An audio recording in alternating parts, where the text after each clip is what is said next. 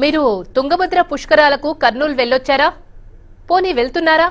అయితే ఒక్క నిమిషం ఆగండి. పుష్కరాలకు వెళ్లి వచ్చిన వెంటనే ఆరోగ్య పరీక్షలు చేయించుకోండి, లేదంటే మీ ప్రాణాలకు గ్యారంటీ ఉండదు. ఎందుకు ఇలా చెప్తున్నానని అనుకుంటున్నారా?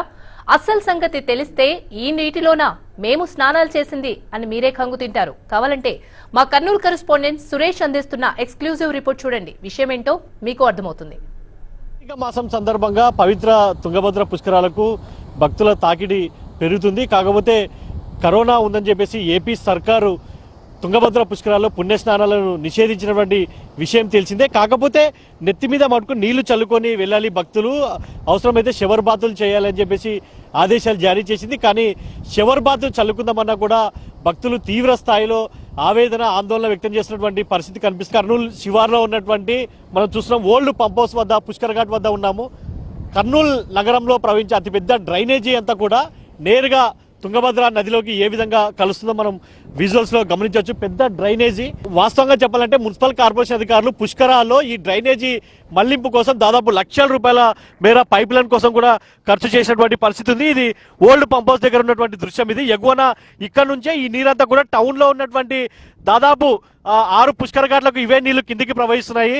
మొత్తం భక్తులంతా కూడా ఈ పుష్కర ఘాట్ల కిందనే, అంటే పుష్కర ఘాట్ల దగ్గర నీళ్లు నెత్తి మీద చల్లుకోవడానికి అవకాశం లేకపోవడంతో కనీసం భక్తులు షవర్ బాత్ స్నానాలు చేసేందుకు ఇవే మురుగునీళ్ళని నెత్తి మీద చల్లుకుంటూ ఇవే మురుగునీటి కింద షవర్ బాత్ స్నానాలు ఆచరిస్తూ మొక్కులు తీసుకొని వెళ్తున్నటువంటి పరిస్థితి ఉంది. కరోనా మాట ఏమిటో కానీ ఈ నీటిని నెత్తి మీద చల్లుకున్న ఈ నీటితో స్నానాలు చేస్తే కొత్త రోగాలు, చర్మ వ్యాధులు, స్కిన్ డిసీజ్ వచ్చే పరిస్థితి మన కర్నూలు నగరంలో కనిపిస్తుంది. కనీసం అంటే తుంగభద్ర నదిలో నీటి ప్రవాహం అంటే సుంకేశ్ల డ్యామ్ నుంచి దాదాపు 8-10 వేల క్యూసెక్ల నీరు దిగువకు రిలీజ్ చేస్తే ఈ నీరంతా కూడా యాసిడ్స్ గా కిందికి కొట్టుకొని పోతాయి. అంటే డ్రైనేజీ నీళ్లు కూడా తుంగభద్రలో కనిపించకుండా కొట్టుకొని పోతాయి. కానీ సుంకేశ్ల రిజర్వాయర్ నుంచి దిగువకు నీటి విడుదల లేకపోవడంతో కేవలం తుంగభద్ర నది సుంకేశ్లకు దిగువన 3000 క్యూసెక్ల నీటి ప్రవాహం మాత్రమే ఉంది. కర్నూలు నగరంలో ఏదైతే డ్రైనేజీ కాలువల నుంచి మురుగునీరు వస్తుందో ఆ మురుగునీరు అంతా కూడా నేరుగా తుంగభద్ర నదిలోనే కలుస్తుంది. ఆ విజువల్స్ మనం గమనిస్తున్నాము. ఎక్స్క్లూజివ్ దృశ్యాలు కూడా మీకు చూపిస్తున్నాను. తుంగభద్ర నదిలో నీళ్లు ఎంత కలుషితంగా ఉన్నాయో ఆ విజువల్స్ మీకు గమనిస్తున్నాను. పాపం భక్తులు సుదీర ప్రాంతాల నుంచి పవిత్ర తుంగభద్ర నదిలో పుణ్యస్నానాలు ఆచరిస్తే తమకు పుణ్యం వస్తుంది, కనీసం ఆ నీళ్లు నెత్తి మీద చల్లుకున్నా చాలు అన్నట్టు పాపం కోటి ఆశలతో సుదూర ప్రాంతాల నుంచి భక్తులు వస్తున్నారు. కాకపోతే అధికారులు ఇక్కడ నీటిలో మునిగి పుణ్యస్నానాలు ఆచరించడానికి అనుమతి ఇవ్వకపోవడంతో భక్తులు ఇవే నీటిని నెత్తి మీద చల్లుకుంటున్నారు. కొంతమంది అయితే తాగుతున్నారు కూడా, కొంతమంది ఇవే నీటిని తాగుతున్నారు, మరికొంతమంది అయితే ఇవే నీటితో షవర్ బాత్ స్నానాలు ఆచరిస్తున్నటువంటి పరిస్థితి కనిపిస్తుంది. చాలా మంది కూడా ఆందోళన వ్యక్తం చేస్తున్నారు. నీరు చాలా దుర్వాసన, దుర్గంధం, మురికి కాలువ నీళ్లు ప్రవహిస్తున్నాయని చెప్పేసి అధికారుల మీద తీవ్ర స్థాయిలో మండిపడుతున్నారు. కొంతమంది ప్రజాప్రతినిధులు కూడా పబ్లిక్ నిలదీసినటువంటి పరిస్థితి కనిపిస్తుంది.